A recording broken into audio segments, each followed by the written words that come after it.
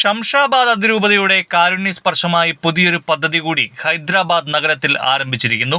ജീവകാരുണ്യ പ്രവർത്തനങ്ങളിൽ എക്കാലവും മാതൃകയായിട്ടുള്ള ശംഷാബാദ് അതിരൂപത ഇത്തവണ വിശക്കുന്നവർക്ക് അന്നം നൽകിക്കൊണ്ടാണ് സമൂഹത്തിന് താങ്ങാകുന്നത്. നമ്മളൊരു മഹാനഗരത്തിൽ ജീവിച്ചിട്ട് യേശു ക്രിസ്തുവിനെ അറിയാത്ത അനേകം പേരുടെ ഇടയിൽ ജീവിച്ചിട്ട് ക്രിസ്തുവിന്റെ സ്നേഹത്തിന് സാക്ഷ്യം കൊടുക്കാതിരിക്കുന്നത് ഉചിതമല്ല. അതുകൊണ്ട് നമ്മൾ യേശു ക്രിസ്തുവിന്റെ കരുണാർദ്രമായ സ്നേഹത്തിന് സാക്ഷ്യം കൊടുക്കണം. നമ്മൾ മറ്റുള്ളവർക്ക് സാക്ഷ്യം കൊടുക്കാൻ വിളിക്കപ്പെട്ടവരാണ്. അതുകൊണ്ട് നിങ്ങൾ എല്ലാവരും ഈ ശുശ്രൂഷയിൽ പങ്കെടുക്കണമെന്ന് ഞാൻ ആത്മാർത്ഥമായി ആഗ്രഹിക്കുന്നു. ആർച്ച് ബിഷപ്പിന്റെ ആശയത്തിന് പൂർണ്ണ പിന്തുണ നൽകി അതിരൂപത പ്രവർത്തനങ്ങൾ ആരംഭിച്ചു. ഹൈദരാബാദ് നഗരമധ്യത്തിലുള്ള എറഗഡ്ഡ മെന്റൽ ഹോസ്പിറ്റലാണ് ഇതിനായി അവർ തെരഞ്ഞെടുത്തത്. അവിടെ ചികിത്സയിലുള്ളവർക്ക് സർക്കാർ ഭക്ഷണം നൽകുമ്പോൾ കൂട്ടിരിപ്പുകാരായി എത്തുന്നവർക്ക് പലപ്പോഴും പട്ടിണി കിടക്കേണ്ടി വരുന്നു എന്ന തിരിച്ചറിവാണ് ഇത്തരമൊരു തീരുമാനത്തിന് പിന്നിൽ.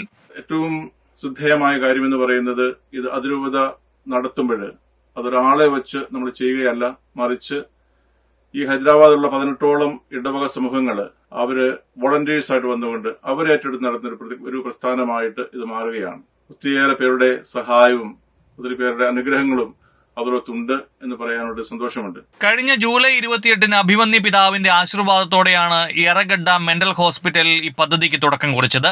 ഒട്ടേറെ പേരുടെ പ്രാർത്ഥനയും സഹായവും ഈ ഉദ്യമത്തിന് പിന്നിലുണ്ട്. ഹൈദരാബാദിലെ 18 ഇടവകകളുടെ കൂട്ടായ്മയിൽ മുന്നേറുന്ന ഈ അന്നദാന പ്രസ്ഥാനം കർത്താവിന്റെ കരുണയുടെ മുഖം കൂടുതൽ പ്രകാശമാനമാക്കി അനേകർക്ക് ആശ്വാസമായി മാറട്ടെ എന്ന് നമുക്കും ആശംസിക്കാം.